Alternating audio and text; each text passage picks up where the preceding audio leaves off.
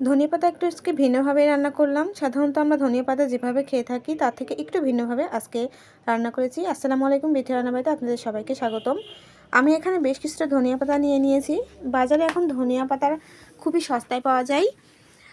তার জন্য ধনিয়া পাতাটা আমি আজকে একটু অন্যভাবে রান্না করব। তো তার জন্য ধনিয়া পাতাগুলো আমি একটু ছোট ছোট করে কেটে নিয়েছি। এখন আমি চুলায় চলে যাচ্ছি। চুলাতে আমি একটা কড়াই দিয়ে দিয়েছি আর তাতে দিয়ে দিচ্ছি কিছুটা তেল।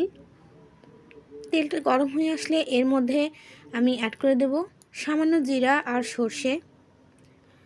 জিরা আর সর্ষে দিয়ে একটু ফোড়ন দিয়ে নিচ্ছি, সাথে কিছু দিয়ে দিচ্ছি কয়েকটা শুকনো মরিচ।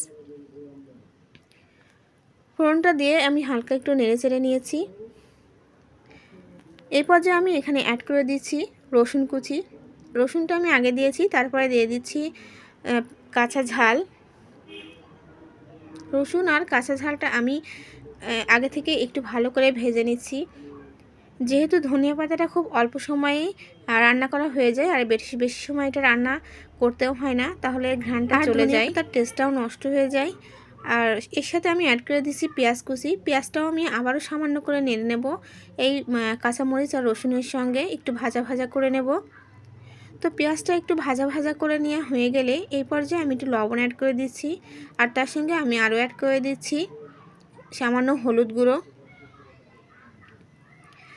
এগুলোকে দিয়ে আবার একটু ভালো করে নেড়ে চেড়ে নেব। তো বেশ কিছুক্ষণ ধরে এগুলো দিয়ে একটু নেড়ে চেড়ে ভেজে নিতে হবে। এই পর্যায়ে আমি এর মধ্যে অ্যাড করে দেব কেটে রাখা ধনিয়া পাতাগুলো। চাল পেঁয়াজগুলো আমার এখন ভাজা হয়ে গেছে, এখন ধনিয়া পাতাগুলো দিয়ে দিচ্ছি।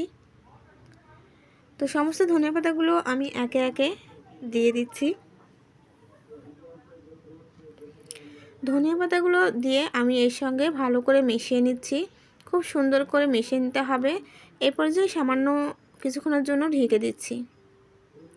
তো কিছুক্ষণের জন্য ঢেকে দিয়েছিলাম, ফিরে আসলাম কিছুক্ষণ পরে। ঢাকনাটা খুলে দিয়ে আমি আবারও একটু কিছুক্ষণের জন্য ভালো করে নেড়ে চেড়ে দিচ্ছি।